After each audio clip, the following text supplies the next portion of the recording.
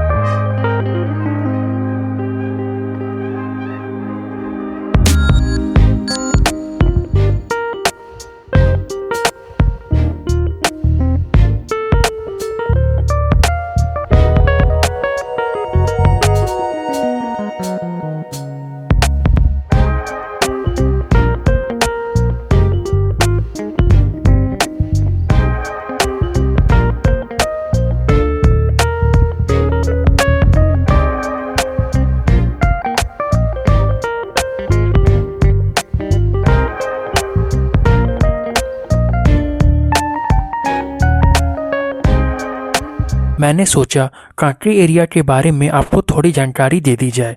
अभी हम जहाँ खड़े हैं वहाँ से लाइन ऑफ कैंसर गुजरा है। कहते हैं लाइन ऑफ कैंसर जहाँ से गुजरता है वहाँ का वातावरण रोग निरोधी होता है। शायद इसी को ध्यान में रखकर यहाँ मानसिक चिकित्सालय का निर्माण कराया गया होगा। यहाँ पर कई एक मानसिक चिकित्सालय है, जिसमें सर्वप्रथम 1918 में केंद्रीय मानसिक चिकित्सालय की स्थापना हुई। दोस्तों, अभी जो आप देख रहे हैं वो रास्ता वो उस तरफ डॉक्टर क्वार्टर है और यहाँ पर ओपीडी है, और ये जो आप देख रहे हैं ये सीआईपी का मेन गेट है।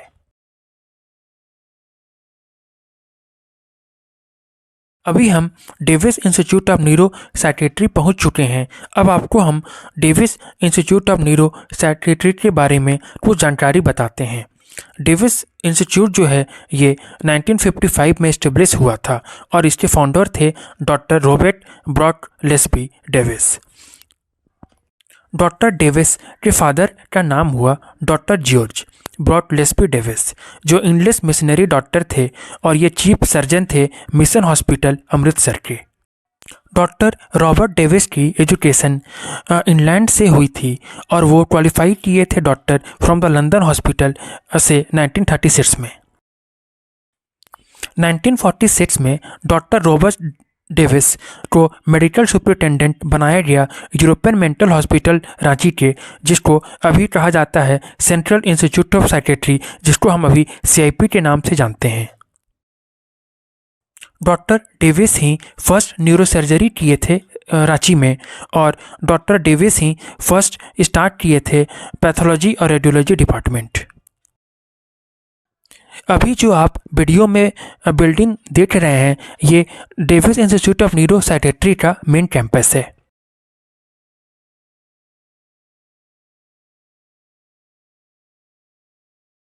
दोस्तों, अब मंदिर की तरफ चलते हैं। दोस्तों, अभी जिस मंदिर का आप अवलोकन कर रहे हैं, ये मंदिर मदन मोहन मंदिर है, जिसकी स्थापना सन 1665 ईस्वी में हुई थी। यह मंदिर 357 वर्ष पुराना है।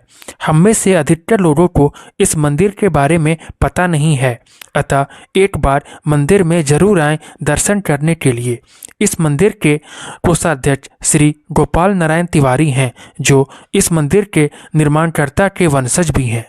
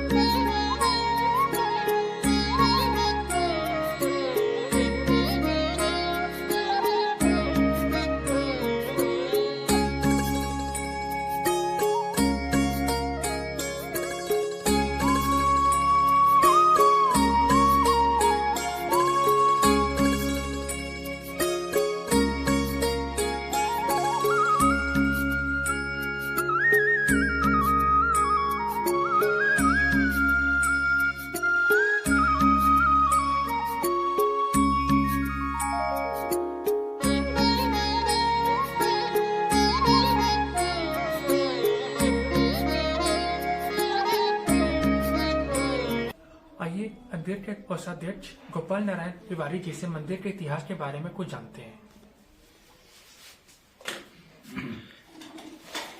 मदन मोहन मंदिर बुढ़िया अति प्राचीन हम लोग के पूर्वज श्री लक्ष्मी नारायण तिवारी जी द्वारा रातू महाराजा के सहयोग से इसका निर्माण कराया गया था।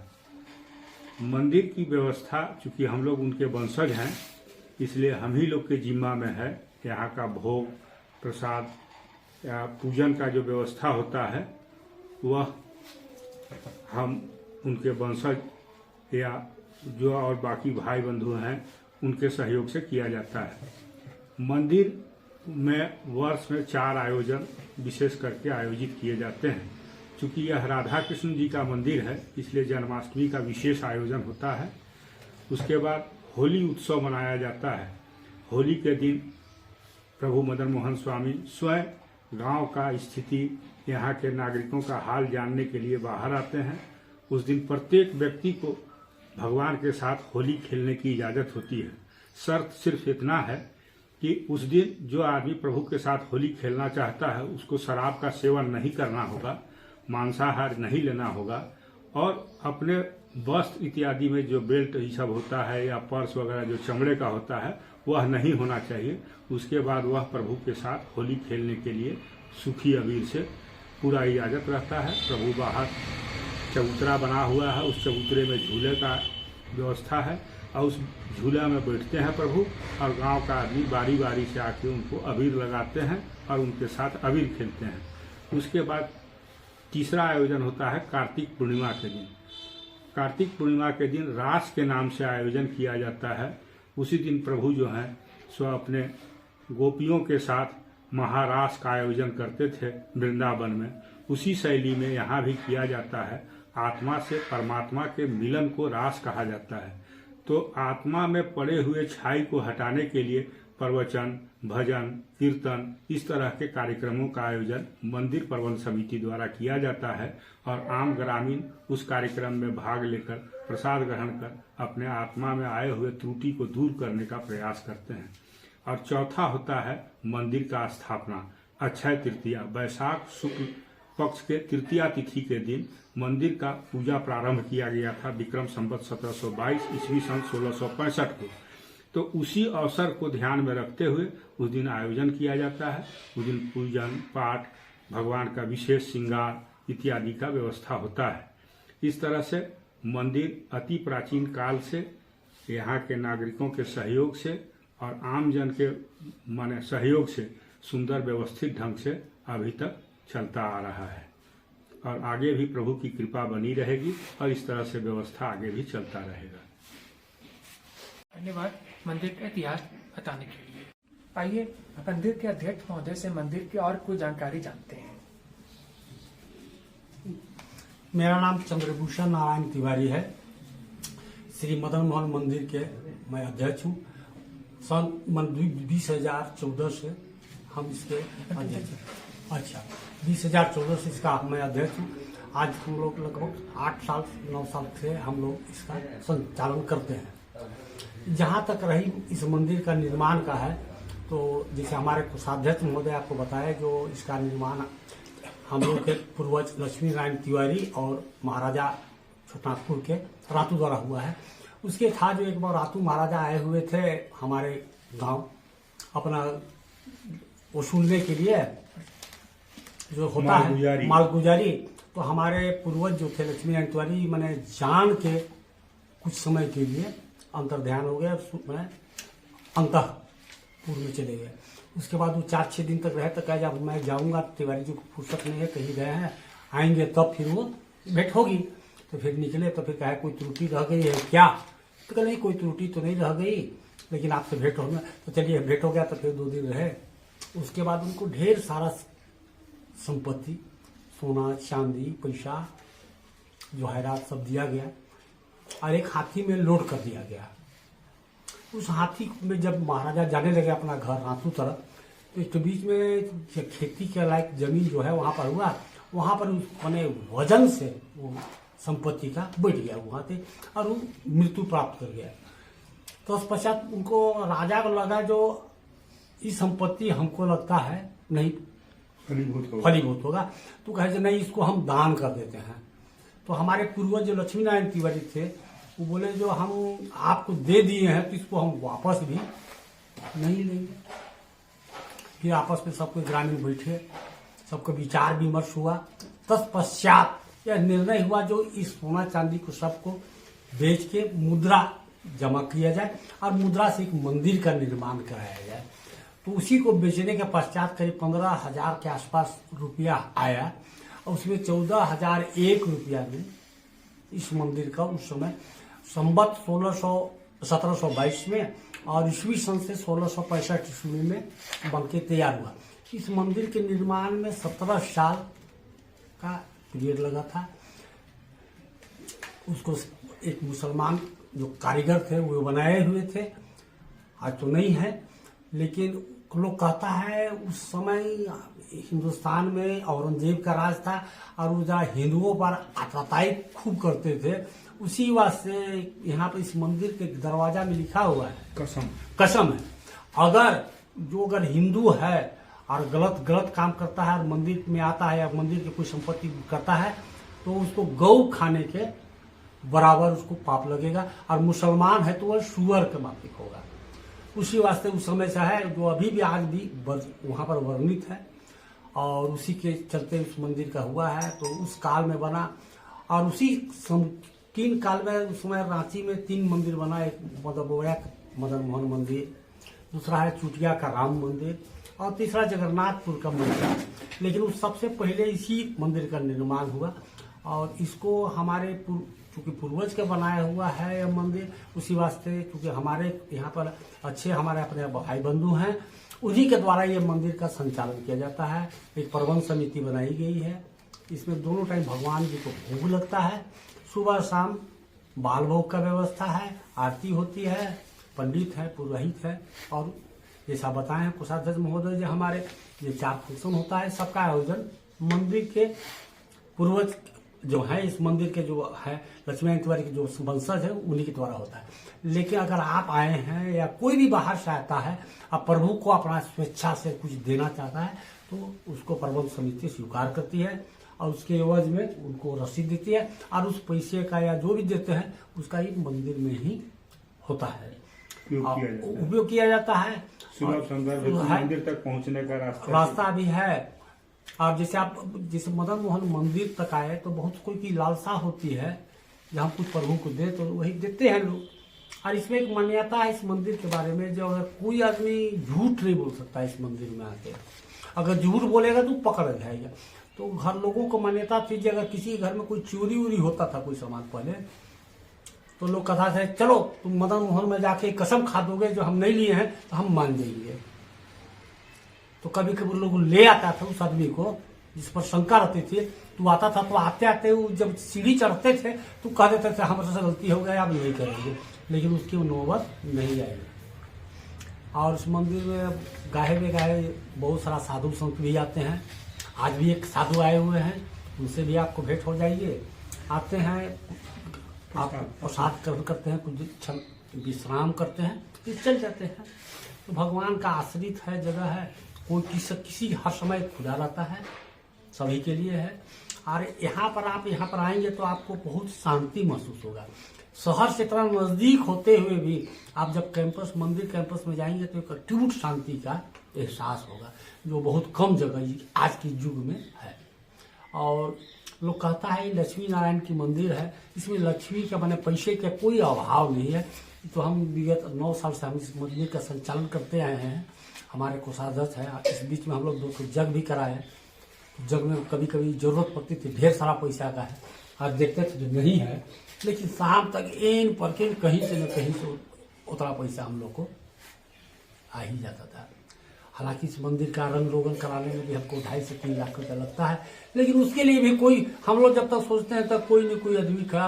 लास्ट ईयर हमने कराया, एक आदमी कहा जो हमने 51,000 रुपया दे देंगे, एक आदमी कहा 51,000 हम दे देते हैं। तो इसे होते हैं लोग दे देते हैं, इसी वास्ते हम लोग लगे हैं। तो इसे हमको विश्वास है कि प्रभु का कोई कभी कमी नहीं होती है। आप जो भी अपना इच्छा लेके आए और अगर हृदय से मांगते हैं तो आपको प्रभु जरूर इसका पूर्ति करेंगे। हाँ, लेकिन हमारे प्रभु जो है सो एकदम शाकाहारी हैं। यहाँ पर मांस मछली मदिरा का एकदम सेवन करके अंदर आना उचित भोजन है। आप यहाँ पर आएंगे तो दोपहर में दाल भात सब्जी बनी, रात को रोटी है, रोटी या दूध का है। हालांकि कालांतर में पहले तो लोग छिलका रोटी चावल का बनता था, लेकिन अभी तो नहीं संभव उतना नहीं है। मसीह मैंने बहुत सारे पंडित जी हमारे के हैं जो इनको बाहर के हैं, इनको हम रखे हैं वेतन से लेके रखते, बहुत कम लोग वेतन देते तो देते हैं। आखिर इनकी भी है तो ये करते हैं, तो ही करते हैं, सेवा करते हैं। लगे है इस मंदिर में कुछ संपत्ति भी है जो अभी है इनके है एवज में है, जैसे तालाब है, एक कुछ प्रॉपर्टी है, कुछ जेवर है, जेवरात है, इसका सब देखते आया है और इसी चलता है। आखिर में जैसे कभी कभी श्रद्धालु लोग आते हैं और इसको यूट्यूब में या कहीं कहीं मीडिया में डालते हैं तो प्रचार प्रसार होता है, तो कहीं से लोग आते हैं तो देखते हैं तो बहुत प्रभावित होते हैं। हम लोग को मालूम नहीं था तो नहीं करते हुए।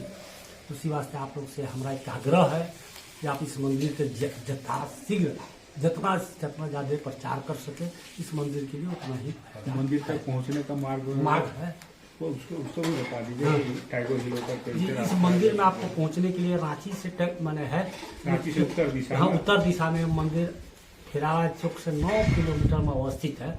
आप फेरालाल चौक से एकदम सीधा अगर उत्तर की दिशा चलेंगे तो आप सीधा प्रभु के द्वार तक आ जाएंगे। बीच में एक रामकृष्ण मिशन है, उसके बाद टाइगर हिल है, उसके बाद एक नदी है, फुटपुरो नदी है, उसके बाद नदी पार करने के बाद आपको मिलेगा। लोग कहता है ये मंदिर जो हमारा गांव जो है तो एक संगम में बसा है। इसकी इस गांव के चारों तरफ नदी रहती है और 2 नदियों का मिलन होता है और उसी वास्ते संगम इसको है, नगरी भी है।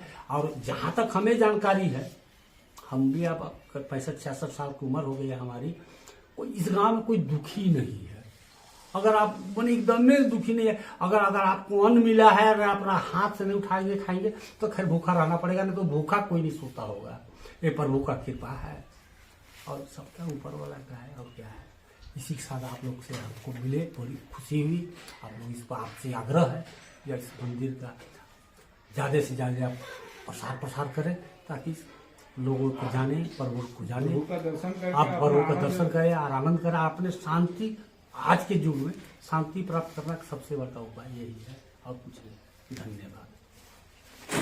बहुत बहुत धन्यवाद अध्यक्ष महोदय मंदिर की जानकारी देने के लिए।